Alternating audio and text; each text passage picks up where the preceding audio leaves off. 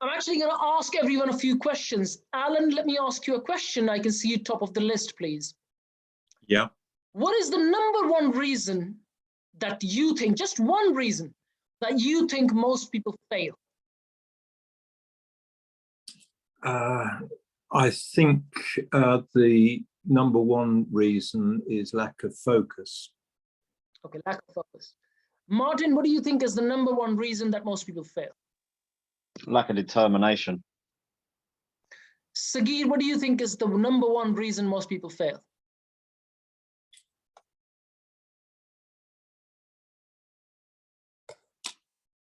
Sagir, can you hear me? We'll move on. Shelly, can you hear me? Yes, yeah. What do you think is the number one reason people fail? Maybe I talk about me, myself. Yeah. Yeah, I think I need someone like practical. Someone like? To do like one-to-one practical and take the books in front of me with someone. It's almost like you're saying someone to give you feedback. Yeah. Okay. All right. Suraj, what do you think is the number one reason? Laziness. Okay. Well, just so you know, everyone is right, but none of them are actually number one reasons. Okay. Let me share with you the number one reason. Almost every entrepreneur that fails, the number one reason is persuasion. Please write this down, because everyone, whatever you said, that was right, but it's not the number one reason. Let me ask you something. Let's say you need money. Okay, let's say you need money, you're looking for an investor. What's the reason people say no? Alan, why do you think people say no? Why an investor says no, I'm not going to give you money? It's because that you failed to persuade them. You haven't convinced them of the case. Exactly. Yeah. Let's say you go to a landlord or an agent and they don't give you the deal and they give it to someone else. Why? Yeah. Yeah. It's your personality as you've projected it, and you failed to persuade them that you're the right person to deal with. You walk into a bank and you meet your banker, your bank manager, and he says, you know what, I'm not going to give you the money. Why? Okay. To grow your property business and your portfolio beyond $1 million plus, well, these are two different things. Growing your property portfolio is one thing. Growing your property business and creating £1 million net profits a year, $1 million profits a year net in your pocket. The core reason, if I was to make a circle and put something in the epicenter, is persuasion skills. Okay. Now, a lot of people think persuasion skills is about being able to sell. Actually, it's the opposite. You don't need to sell. What you need to do is create a win-win situation for everyone. Okay. I always say, change the word sales to serving, and what you will find is a lot more business coming towards you. What most people get wrong is they just don't serve enough people in the right structured format to be able to persuade a lot of people. Okay, now imagine I go and do an interview. Let's say I go and interview a property developer, okay, which I have done. I've interviewed many property developers. I go and do an interview. Let's say I interview 6 or 7 property developers, and I then that content is now distributed on the social media. Naturally, people who are watching this start to think, who is the next successful developer?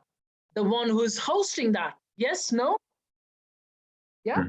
Let's say I interview a hotelier and then I write on social media, I bought a hotel. Who do you think people will automatically start thinking he's the next rich man? Yes? No? Yeah? Yeah. You're creating a perception of not necessarily being rich, but the more skilled person, more of an expert or a skilled person in the industry. Are you with me on this? Sure, yeah. And when people at that point get in touch with you, you don't need to sell, you just need to serve them by adding value into their life. So let's say you get in touch with someone on social media and they pick up the phone, and then you go and you're learning all of this stuff and you're implementing slowly. And now you share a story with this guy about how you acquired a deal today, or how you're getting some deals done, or how are you progressing with your journey. Now you're adding value to someone's life. Are you with me? Mm-hmm. Yeah? Yeah. For you to add value to someone's life, you don't have to be more smarter, more knowledgeable. You just have to be one step ahead in that particular strategy or aspect of the business. Raise your hand if you know what I mean. You don't have to be more richer than them. You don't have to be more smarter or intelligent than them. You just have to be one step ahead in that particular strategy, in that aspect of the business, just one step ahead. That's all you have to be. You can add value, and at the back of that, all you ask is, would you like to work with me? Would you like to collaborate with me? Would you like to invest with me? Would you like to do a JV with me? Would you like me to take on this deal for you? That is all you have to do. Yes, all of this is based on the GROW model, but at the core, if you're speaking with someone, or whenever you're speaking with someone, as long as you are adding value, remember, human nature is reciprocity rule. That means reciprocity law. That means when you give someone something, they naturally want to give it back, at least most people anyway. And they will respond in most cases by giving you the business and or recommending you to someone else. Sometimes you may not even do business with the person you're serving, but they will go and recommend you to someone else. Does that make sense? Yeah. Okay. So when you pick up the phone to an investor, to a developer, to an agent, to a landlord, to a builder, your aim is to add value into their life without any expectations. And I can promise you, because it's human nature with reciprocity rule, where when you add value to someone's life, they are going to reciprocate. They are either going to do business with you or bring you some new business.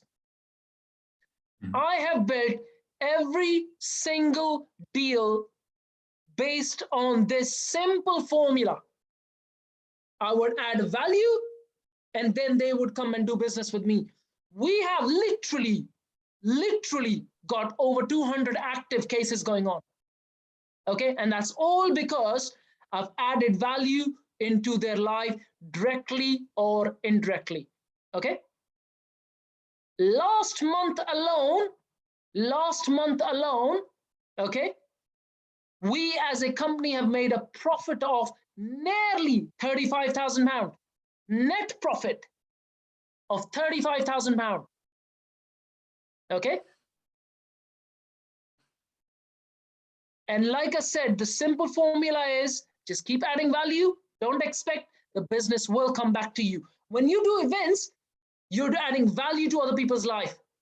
When you're interviewing people, you're adding value to someone's life. You're sharing a story, you're adding people into someone's life. When you are literally sharing a story about how you learned something and implemented it, you're adding value to someone's life. And now at the back of that, you ask them to do business with you.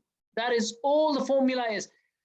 If you look at the communication level of it, when you are speaking with investors, developers, landlords, agents, and all other stakeholders in the business, your communication as a foundation is sitting on the GROW model, okay?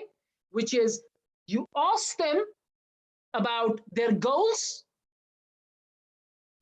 you ask them about what the reality is. So the reality could be point A, the goals could be point B, options could be, as in your options, whatever it is that you provide, products, services, those options could be the O, where you help someone go from A to B, from where they are to wherever they want to be. And then with W, you always ask the closing question. W stands for will. That means, are they willing to do business with you? where you ask a closing question. Would you like to collaborate? Would you like to go ahead? Would you like me to take on this deal? Would you like to invest? Whatever that question might be. That's your communication level. But how about something in writing? I observe that a lot of people lack writing, copywriting skills. If you observe my copywriting skills, I literally, everything is based on what I do, what I've done, what I do, and what I'm planning to do, where I'm heading. And I use some powerful words. I have shared a guide with everyone on John Carlton's powerful words. Raise your hand if you have got that John Carlton's powerful words guide. Please raise your hand. I literally, when I'm writing something, I would open that guide and say, okay, where can I find some very strong words which will actually trigger human emotions, allowing us to stand out from the crowd. Okay, Alan, if you observe on your banner, I've actually used some powerful words there. Okay? Yes, yes, I noticed you'd added those, yeah. But if you look at the core, all I'm sharing is, okay, what is it that I'm doing and where I'm going and how eventually in that event, they're going to see how they can be a part of the journey. Does that make sense? Sure, yeah. Okay, so you got to go and dig into that strong word guide that you have, but make sure you're always asking questions in the middle of that.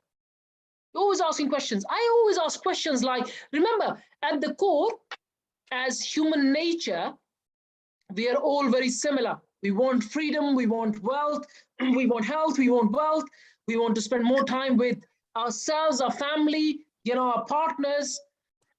We want to go on more holidays. We want more freedom and freedom of time, money, psychological freedom, all of that. And if you ask the right questions based on, would you like to have more time with your family, more time with your loved ones, more time for yourself? Would you like to go on more holidays?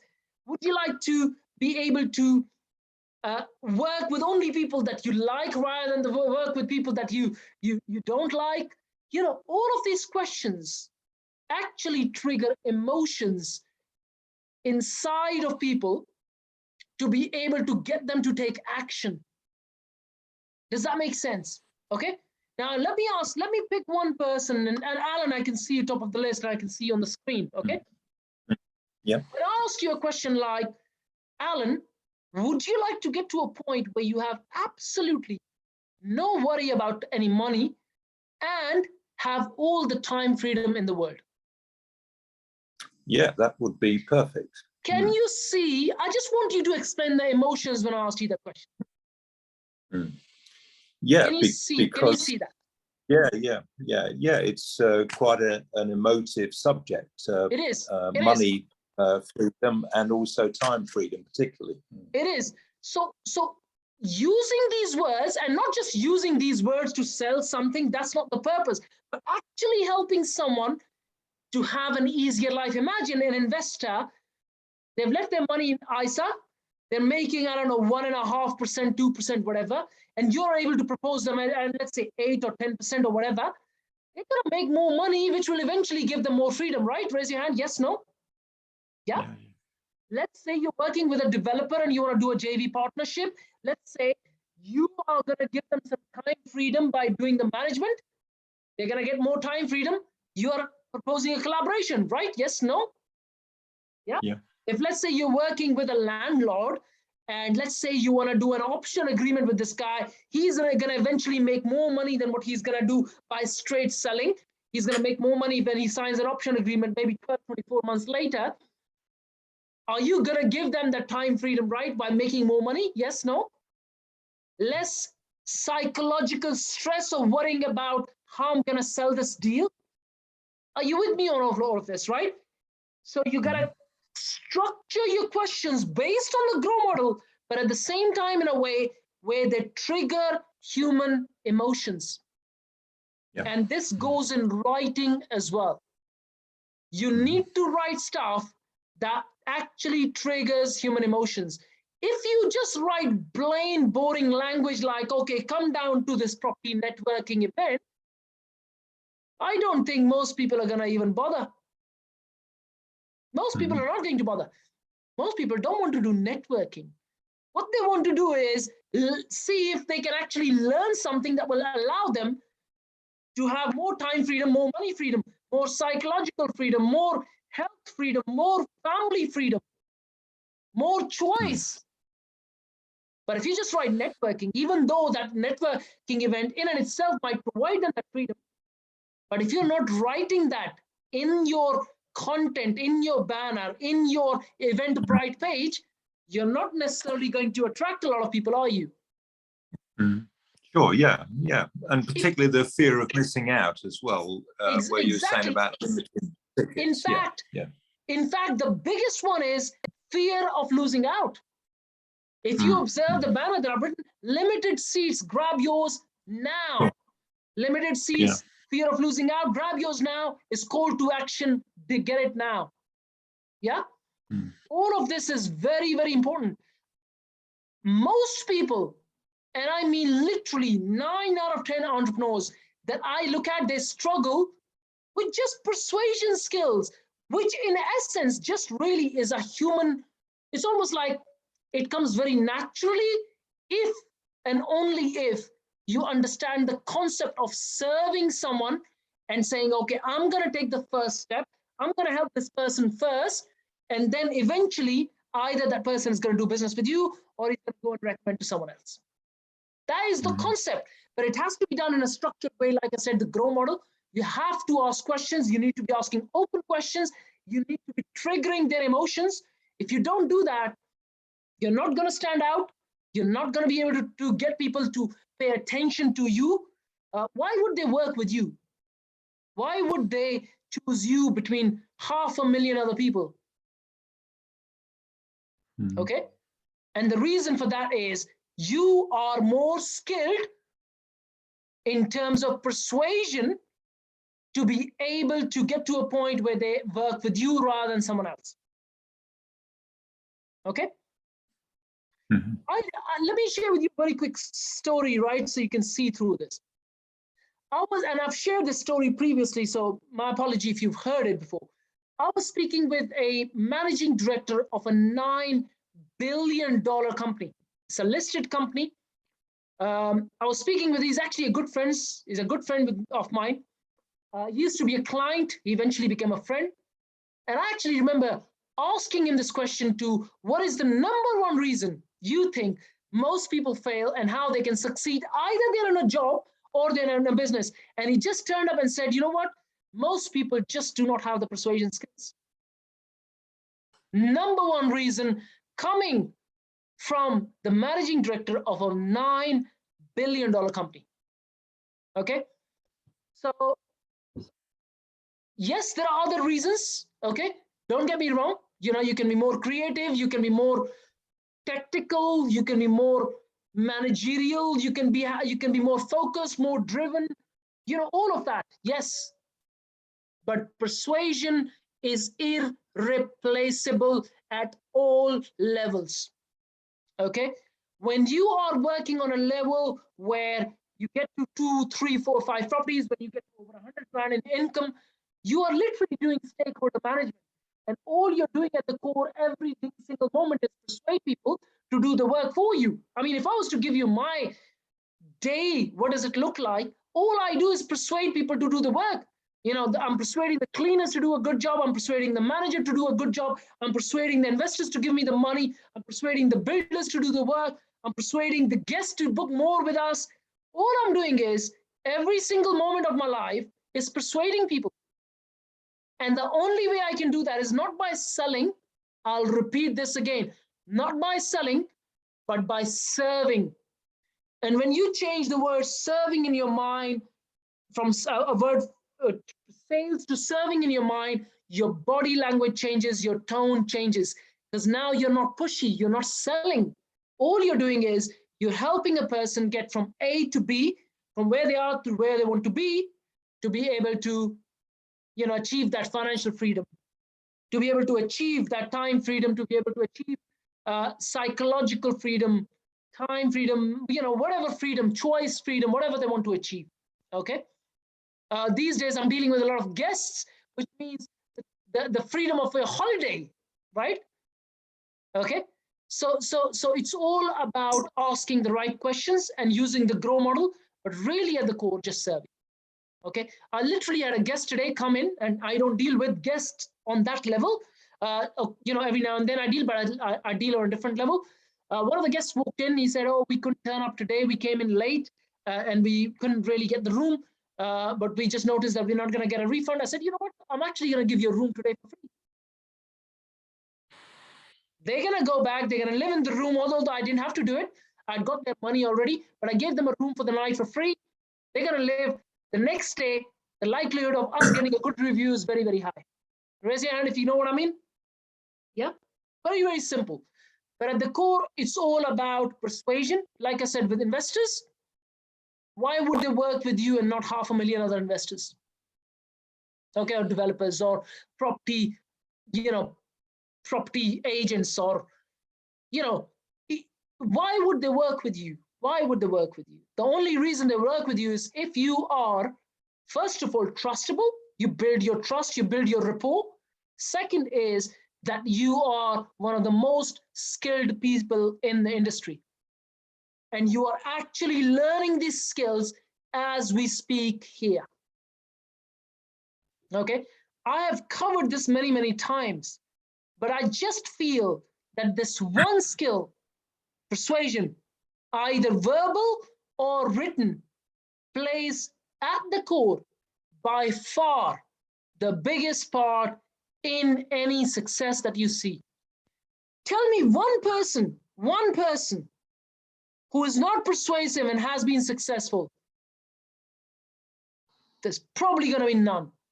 It's probably going to be none. Not that I can think of. Okay, they are directly or indirectly, in some or the other way, have been persuasive to be able to become successful, because they have to get a yes from someone to be able to make money. Raise your hand if you know what I mean. Okay. Any questions, Alan? No questions. That's clear enough. Yeah, thanks. Here is something that I did in my 20s. I literally used to stand in front of the mirror and practice these skills. Mm-hmm. I used to go into meetings, come back out, ask a person who I trusted about how I performed. I would jump on a call with someone, have my wife here, have a business partner, or have someone who's here, and then after the call, ask for feedback.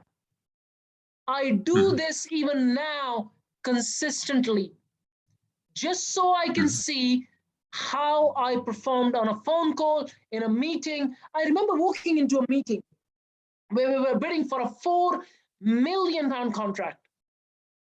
I took my missus with me. We came back out. My first question to my missus was, how did we perform on a scale of 1 to 10? And where do you think we could have improved? Okay, that's how you are going to improve your persuasion skills, either verbal or writing. You are literally have to pick up the phone to an agent, landlord, have someone besides you, and then ask them for feedback. Okay, practice in front of a mirror. These days you have these mobile phones. They put the phone up, start recording yourself, watch it later, see how you performed.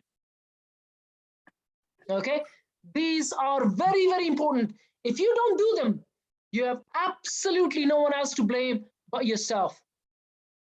Okay, because this has to be done. Someone has to do these, practice these skills, because without practice, by listening to me, you might be learning the skills, but you're not going to be able to improve those skills unless you're practicing them. So it requires what you call practicing on a consistent basis. We're in front of the mirror, in front of the camera, and then directly with stakeholders in the business, and then taking feedback from someone who's probably around you, someone you trust, to how you are performing. Okay. Martin, any questions? No, that's all clear, mate. Sagir, any questions? Shelly, any questions? No. Suraj, any questions? No, Jack, thank you. Okay, I will repeat this again. The number one reason you will succeed or you will fail is your persuasion skills. The only way you can improve these is by practicing, taking feedback consistently on your body language, your tone, your verbal communication, and your written communication. It's the content you generate that you eventually distribute on social media that will lead you to build a successful business, because without people, you're not going to be able to build a business. You need investors, you need landlords, you need agents, you need builders, you need all sorts of stakeholders around you to be able to grow your portfolio and your property business. I have literally, all the journey of PM that you look at, that's all I've done. Okay, persuasion, obviously I bring the technical skills of development. I bring the technical skills now of running a hotel. I bring the technical skills of being able to find deals, analyze deals. But at the same time, if I did not have the persuasion skills, those tactical skills would have been of absolutely no use. Raise your hand if you know what I mean. Raise your hand if you know what I mean when I say, if I did not have the persuasion skills, those tactical skills would have not got me anywhere. Okay. Good one. This is today's session.